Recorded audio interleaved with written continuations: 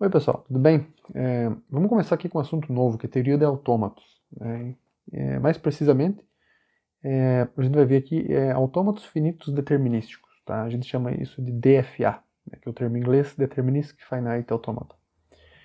Legal, né? Então, e o exemplo que a gente vai começar vendo aqui é o exemplo da máquina de vender chocolates, um exemplo clássico aí da área. Essas máquinas que a gente encontra na cantina, né, que você coloca moedinhas nela e ela te retorna o chocolate aqui na parte de baixo, né? Para simplificar um pouco a coisa, vamos supor que ela só tem um tipo de. Só tem um preço. Né? Pode ter mais de um tipo de chocolate, mas os chocolates custam a mesma coisa. Né? O que ela vai fazer é saber se você colocou uma quantidade suficiente de moedas. Tá? E também, para simplificar um pouquinho mais, ela não está preocupada com troco. Tá? Basicamente, ela quer saber se a quantidade de moedas é igual ou superior ao suficiente. Tá? Então, se for inferior, ela não te retorna o chocolate. Se for pelo menos o custo do chocolate, ela te dá o chocolate. Tá? Então, vou colocar um diagrama aqui que descreve o comportamento algorítmico da máquina. Né? Lembrando que uma das coisas importantes que a gente quer fazer aqui em teoria da computação é ter um modelo matemático, né, porque é um algoritmo. Né? Aqui a gente vai começar com um modelo mais simplificado, né, de algoritmos mais simples, né, mas o espírito da coisa é esse. A gente quer um modelo matemático que captura o comportamento algorítmico de coisas, né, de máquinas, assim por diante. Legal, né? Então a ideia aqui é que essa máquina, né, uma máquina simples, né, não é um computador de propósito geral nem nada assim, é uma máquina simples que ela tem um algoritmo interno, certo? Né, talvez com algumas engrenagens, alguma coisa ali que você vai colocando moedas, né, e ela vai tem alguma engrenagem que muda de estado. Você coloca uma moeda, ela muda, vai para um outro estado, né? Ela tem um conjunto de estados internos e em algum momento ela atinge um estado que é de aceitação. Opa, legal, já tem a quantidade suficiente de moedas, tá? Então, a ideia aqui é que ela tem 7 estados internos, tá? O estado A, B, C, D, E, F e o estado OK. Tá? Quando ela atinge esse estado OK, é porque a quantidade de moedas já é o suficiente para que ela retorne o chocolate. Tá? Então, por exemplo, aqui, né? Digamos que você colocou uma moeda de R$ 2 e uma moeda de R$ 1. Né? O que vai acontecer? A máquina, que sempre começa no estado A, né? Por isso que tem essa flechinha aqui dizendo início, né? Apontando para o A. Né? Quando você colocou a primeira moeda de R$ 2, ela veio parar no estado C. Né? E aí depois você colocou a moeda de R$ 1, né? Aí ela veio parar no estado D. Certo? É isso que acontece. Você colocou R$ 3. O que acontece? Ela parou no estado D.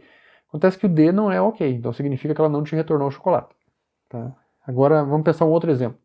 Você colocou duas moedas de R$ 2 e duas de R$ 1. Ou seja, você colocou R$ 6, né? Então, você colocou duas de R$ 2. Ela veio do A para o C, depois foi do C para o E, né?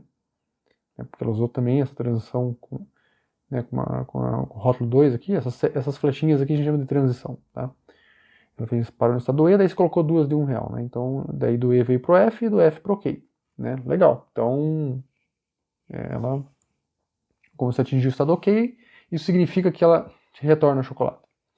Se você tivesse colocado, por exemplo, R$ 7, né, talvez 3 moedas de 2 e uma de 1, né, ela ia fazer essa transição aqui do A para o C, depois do C para o E, depois do E para o OK, e depois fazer essa transição. Tá vendo que tem um laço aqui, né? Com o símbolo 1 aqui. Aqui ela faz o laço tanto no caso do símbolo 1 quanto no símbolo 2. Né? Ok. Né? Então ela parou no estado OK e tá tudo certo, ela te retorna o chocolate. Tá? Como eu falei, ela não está preocupada com troco.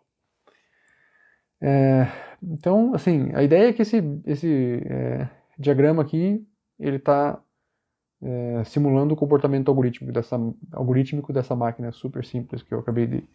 supondo que essa máquina funciona desse jeito que eu falei aqui, né? Então, ele está modelando o comportamento algorítmico dessa máquina super simples. Né? Uma coisa que eu não falei aqui antes é que eu estou assumindo que ela aceita moedas de R$ 1 e R$ 2. Tá? Eu sei que não existe moeda de R$ 2 no Brasil, mas enfim, é só um exemplo simples aqui. Né? E o custo do chocolate, como eu já falei também, é R$ 6. Ok, né? Então, assim, o que está acontecendo aqui, uma maneira de se pensar aqui é que você tem uma máquina, né? E aí existe uma certa entrada, né? Vamos olhar aqui para a máquina, né? Tem essa máquina, aí tem uma certa entrada. O que é essa entrada? É uma sequência de moedas, né? Você coloca a moeda numa certa sequência, né? Então, no fundo, o que é a entrada da máquina? É uma sequência de moedas. Se você quiser pensar, você pode pensar que é uma string de moedas. Né? O que é uma string? É uma sequência de símbolos. Né? Então, a entrada dela você pode imaginar que é uma sequência de moedas, ou uma string de moedas. E a saída da máquina é um tipo de saída simples, que na verdade é a saída do tipo sim ou não. E a máquina ela quer saber se você colocou uma quantidade igual ou maior, né, o suficiente para ela retornar o chocolate ou não. Né? Então, a máquina que, se você colocou uma quantidade igual ou maior a R$6 de moeda, né? Então ela vai atingir o estado OK. Se não foi o caso, ela vai parar em algum outro estado aqui, né? Do A até o F, aqui, algum deles. Nesse caso aqui, ela é uma máquina que ela não repete estados, tá vendo que ela sempre vai mudando de estados e só começa a repetir a partir do OK ali, tá? Então, mas não tem setinhas voltando aqui. Esse não vai ser o caso, tá? Então, em geral, a gente vai poder repetir estados que não é o estado de aceitação. OK, né? Então, assim, a ideia, né, que a gente vai ver daqui para frente é que a gente vai querer um modelo matemático, né, como esse diagrama aqui, né, só que a gente vai querer ser um pouco mais formal. Né? Esse aqui é um desenho, né? Um desenho não é um objeto matemático. A gente vai querer formalizar bem certinho, né, o que significa diagramas como esse, tá? E, e que diagramas né, que vão modelar comportamento algorítmico de máquinas, né? Só que num caso, num certo cenário restrito, né, que a gente vai começar a trabalhar aqui. E a ideia é o seguinte, a gente vai assumir que a gente vai ter esses diagramas que vão modelar comportamento de máquinas, mas que tem máquinas que têm os seguintes pré-requisitos. Tá? Um é que a máquina tem um conjunto finito de estados internos. Né? Como eu já falei aqui, na máquina ela tem 7 estados internos, né? Então a gente vai estar sempre pensando aqui em diagramas que tem um conjunto finito de estados internos que a máquina pode atingir. Ela tem sempre um estado inicial, da onde começa a computação. Aqui nesse exemplo aqui é o A, né, o estado inicial, mas poderia ser outro. Ela tem um conjunto de estados finais. Nesse caso aqui, esse conjunto é unitário, que só tem OK, mas mais para frente aqui a gente vai ver exemplos de autômatos que têm vários possíveis estados finais. Tá? Mas o estado inicial é sempre um só. Tá? Uma coisa que a gente vai assumir aqui que essa máquina ela aceita entradas que vêm de um certo conjunto de símbolos de entrada. Né? Como eu falei, essa máquina aqui, o conjunto de símbolos de entrada é moedas de 1 e moeda de 1 e moeda de 2. É um conjunto de tamanho 2. 2 possíveis símbolos de entrada. Tá? Mais para frente a gente pode ter conjuntos maiores de possíveis símbolos de entrada. Né? O exemplo típico de conjunto de símbolos de entrada vai ser o alfabeto binário. Então a gente vai assumir que a entrada da máquina, né, vão ser bits. Né? E a gente vai assumir que essa máquina é definida por regras de transição, né? Como é o caso dessas flechinhas aqui. Tá? Como assim? A ideia é que a máquina sempre está num desses estados, né, desse conjunto finito de estados, e para cada um desses estados, né, não importa qual, e para cada símbolo de entrada, né, no caso aqui os símbolos é 1 e 2, né, ela sabe o que fazer. Tá? Por exemplo, se eu estou no estado D e a moeda né, a máquina está no estado interno D, e a moeda que foi inserida ali é a moeda de 2, ela vai para o estado F. Né? Se fosse 1, ela ia para o estado E. Né? Então ela sempre, para cada par, estado, símbolo, né, tem uma flechinha dizendo a partir daquele estado, com aquele símbolo, né, para onde ela vai parar. Né? Tá, e aqui agora a gente vai ver a definição formal, matemática, né, para um DFA. Eu só repeti aqui as 5 condições que devem ser respeitadas, né? A ideia é que a gente tem uma máquina e a gente está assumindo que a máquina respeita essas 5 condições. E aí a gente vai apresentar uma definição matemática que explica o comportamento algorítmico dessa máquina. Né? Então, assim, nosso objetivo lá na frente é chegar numa definição formal porque é um algoritmo qualquer, né? Ou também porque é um computador. O que a gente está fazendo aqui é começando, né, de leve. Vamos, pelo menos, conseguir modelar o comportamento algorítmico de máquinas que respeitam essas condições aqui. Tá? E aí a gente vai, né, para isso a gente vai apresentar essa definição aqui dos DFAs. Né? Aí depois a gente vai tirando restrições da máquina, pensando em máquinas mais sofisticadas e, para isso, apresentando definições mais sofisticadas. Né? Mas, por enquanto, vamos assumir, então, que a nossa máquina respeita essas 5 condições. Né? Uma outra maneira de pensar é que essas 5 coisas aqui definem a máquina. Né? A máquina tem um conjunto de estados, né? Ela tem um conjunto de símbolos, que são os possíveis símbolos de entrada, né, da máquina. Né? Ela tem um conjunto de regras e transições, né? Ela tem o estado final, inicial e tem o conjunto de estados finais. Né? Então, a definição matemática para um DFA, né? Para esse modelo matemático, é uma 5 tupla. Né? Não é uma surpresa, né? A gente tinha 5 coisas que definiam a máquina, então a gente tem 5 objetos matemáticos para capturar isso, para capturar esse comportamento algorítmico. Né? Então, é uma 5 tupla. Eu estou chamando aqui cada componente aqui da tupla de Q, sigma, delta, Q0 e F. Tá? Vamos ver o que significa cada uma dessas coisas aqui. Tá? Então, essa 5 tupla, tal que Q, né, esse primeiro componente da tupla aqui, é o que a gente chama de conjunto de estados. Né? Aí o sigma é o conjunto de símbolos de entrada. O delta é uma função de transição. Tá? Então, né, esses dois primeiros elementos da tupla são conjuntos. Né? O objeto matemático conjunto. Né? Esse terceiro, o primeiro e o segundo aqui, né? Esse terceiro aqui é um outro objeto matemático, é uma função. Tá? Então veja aqui, uma função, né, de Q cartesiano sigma em Q.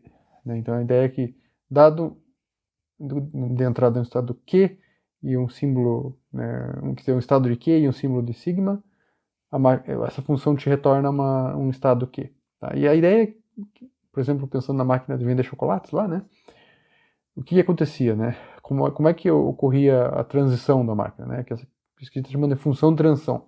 É a função que estabelece como que ocorre uma mudança, né, de estado da máquina. Né? Então, lá na máquina, lá, dado um certo estado e uma certa moeda, né, um certo símbolo, isso me levava no outro estado. Né? Se eu estava no estado B e vinha uma moeda de R$2, ela ia para o estado D. Então, né, B2, né, ia para o estado D. Né? Então, aqui, né, dado um estado e dado um símbolo, ela vai parar no outro estado. Né? Então, essa função aqui captura essa ideia da máquina fazer transições. Né? E o estado né, Q0, né, vai ser o estado inicial. Né, ou melhor, nessa 5 tupla aqui, esse quarto elemento aqui, a gente diz que esse quarto elemento é o estado inicial. Né? Portanto, esse quarto elemento tem que ser um estado do conjunto Q. Né? Então, Q0 pertence a Q. A gente está falando que esse cara aí é o nosso estado inicial. Né? E aí, F, né, esse quinto elemento da 5 tupla aqui, ele vai ser o conjunto de estados finais da máquina. Então, F tem que ser um subconjunto de Q. Né? Então, eu falei que no exemplo da máquina ela só tinha um estado final, mas possivelmente a gente pode ter mais estados finais. Né? Então, esse último elemento da 5 tupla aqui, ele me diz quem que é o conjunto de estados finais da máquina. Então vamos ver um exemplo aqui agora. Tá? E o exemplo é o exemplo conhecido da gente, que é o exemplo da máquina de vender chocolate, né? Que era descrita por esse diagrama aqui. Né? Então, formalmente, o DFA é essa 5 tupla aqui. Tá? Então, novamente, né? Esse aqui é um desenho, um diagrama, esse aqui não é o DFA. O DFA é essa 5 tupla aqui, que eu estou chamando de C, o nome do meu DFA. Então, esses 5 elementos, QC, sigma C, delta C, A e FC, são os 5 componentes da tupla. Então, o nome dessas coisas aqui pode ser qualquer coisa, né? Basta ser uma 5 tupla. A questão é que é bom a gente manter um certo padrão, né? Então, tipicamente, o conjunto de estados é Q, o conjunto de símbolos é sigma, né? Aqui eu coloquei um subscrito C para dizer que corresponde a esse DFAC aqui, né? Mas, enfim, como eu falei, você pode dar o nome se quiser, mas é bom sempre manter uma certa padronização. E quem que é o conjunto de estados QC? É esse conjunto aqui, né? Porque o conjunto de estados é quem? A, B, C, até o OK ali, né? Então, meu conjunto QC vai ser esse conjunto de 7 estados aqui. né? O ok aqui tem duas letras, mas é um elemento só, né? Quem que é o conjunto sigma? Né? Quem que é o conjunto de símbolos da máquina? Bem, você veja que os símbolos que aparecem nas transições aqui, é 1 e 2, né?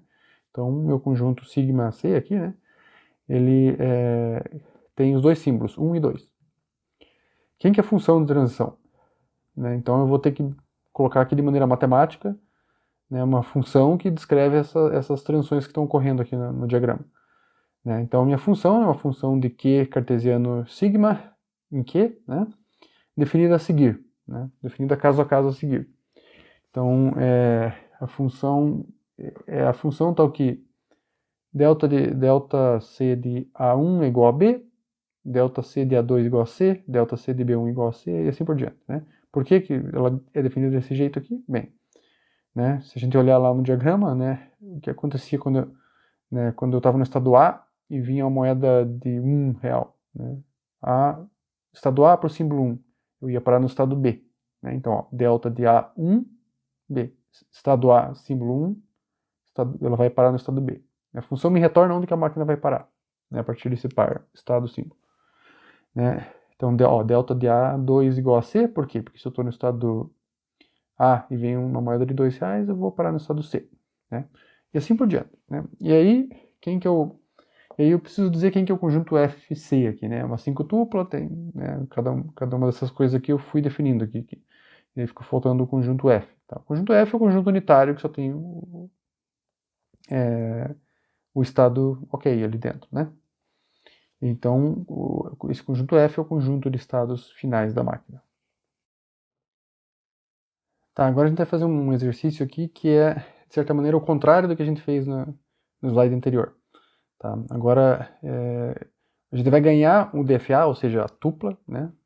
A definição matemática, e a gente vai querer dizer o diagrama correspondente. Tá? Então vamos lá. Seja A igual a Q, sigma, delta, P, o conjunto que contém só o elemento R, né? Tal que o conjunto de estados Q é igual a PQR, né? Então os estados do DFA é PQR. O alfabeto do DFA, né? O conjunto sigma aqui, é o alfabeto binário, tá? E a função de transição é essa aqui, né? Ela é definida dessa maneira aqui, né? Que eu tenho todas as possibilidades de P e Q e 0 e 1 determinadas aqui. Então, legal. Esse aqui é o meu DFA, né? Minha 5 tupla. Agora eu vou querer saber qual que é o diagrama correspondente. Eu já mencionei que a definição matemática do DFA é sempre isso aqui. Né? Porém, vai ser útil, às vezes, a gente querer usar o diagrama para entender o que o DFA está fazendo. Né? Então, embora eu às vezes enfatize um pouco que a definição matemática é a tupla, né? E não o diagrama. Mas ainda assim, o diagrama é importante. É bom a gente desenhar o diagrama para a gente entender o que está acontecendo. Né? E é o que a gente vai fazer aqui agora. Legal, né? Então, vamos começar aqui com os estados, né? Então, desenho de azul aqui até. Os estados do meu DFA aqui quem que são os estados? P, Q e R. Então, eu desenho 3 bolinhas, né? P, Q e R. Né? Eu já desenhei aqui uma setinha apontando para o estado inicial, né? Por quê? Por que o estado inicial é P? Né? Porque no quarto componente da tupla tem o P aqui, né? Sempre o quarto componente da tupla me diz quem que é o estado inicial. Por que eu coloquei dois círculos aqui no estado R? Porque no quinto elemento da tupla aqui, o conjunto de estados aqui dentro só tem um R. Né? Então só o único estado aqui que vai estar com dois círculos aqui é o R. É o único estado final. Né? Pergunta, pode ter DFA que não tem nenhum estado final? Pode. Tá? A gente simplesmente fala que diria que o conjunto aqui é vazio. Né? O conjunto vazio é um subconjunto de Q. Né? O conjunto de estados finais é qualquer subconjunto de Q. Tá? Mas esse não é o caso aqui, tá? É só uma observação. Legal, então eu já desenhei os estados do DFA, já marquei quem é o inicial e já marquei os finais. Né? Agora falta o quê? Falta o principal, né? Que é as transições. Né? E para as transições a gente precisa levar em consideração o alfabeto, aqui é binário. Né? Então vamos lá, eu vou desenhar aqui agora as transições. Eu desenhei de vermelho aqui, né? Porque eu tinha escrito em vermelho aqui no meu na tupla aqui os símbolos e a função de transição, né? Então, por que eu fiz a flechinha aqui do P para o Q com um rótulo 0? Né? Por que eu estou no estado P, se aparece um símbolo 0, eu vou parar no estado Q? Bem, porque delta de P 0 é Q, né? Por que tem um loop aqui? Às vezes falo loop, às vezes falo laço, tá? Por que tem esse laço aqui em cima do Q aqui, né? Porque delta de Q 0 é igual a Q. Né? Se eu estou no estado Q e aparece um símbolo 0, eu continuo no estado Q. Né? E assim por diante. Você pode verificar aí os outros transições, tá? Tá, e aqui agora eu vou apresentar o que é uma tabela de transições. Tá? Então, a gente viu até aqui que as funções de transição de DFAs, né, tipicamente a gente define elas ponto a ponto, né? Sempre a delta de um certo estado, P, com certo símbolo, 0, por exemplo, é igual a P. Q, na verdade, aqui, né? Delta de P1 é Q, delta de Q0 é Q, e assim por diante. Né? Então, às vezes, para não ficar tendo que ficar escrevendo delta de P, Q igual a gente pega e faz uma tabela. Assim, tá? Então, a gente simplesmente coloca uma tabela, né, que encapsula isso. Ó, delta de P0 é Q, delta de P1 é P, delta de Q0 é Q, e assim por diante. Né? E aí, nessa tabela, o que a gente faz é marca com uma flechinha aqui, que é o estado inicial, né, e coloca, caso tenha estados finais, né, tipicamente vão haver vários estados finais, aqui só tem um, né, a gente coloca um asterisco do lado aqui dos estados finais. Né, então, R é um estado final aqui, eu coloco um asterisco aqui. Tá, então aqui estão os estados, aqui estão os símbolos, né, e aqui como que a função de transição se comporta. Né. Uma coisa que vocês podem ver é que, dada uma tabela de transições, a gente consegue, né, recuperar todo o DFA, né? Como eu falei, quem que é o conjunto de estados? Está aqui. Quem que é o conjunto de símbolos? Está aqui. Função está aqui. O inicial está aqui. A gente consegue recuperar todo o DFA a partir dessa tabela aqui. Né? Então, às vezes a gente vai usar a tabela para representar o DFA também. Né? Às vezes a gente vai usar tabela, às vezes a gente vai usar desenho, né? Mas o formal de verdade mesmo é a 5 tupla. Então, legal, então acho que esse aqui acaba esse vídeo aqui, né? Então, mas o assunto DFA não acabou ainda. Tá? Então, no próximo vídeo a gente vai continuar nesse assunto DFAs.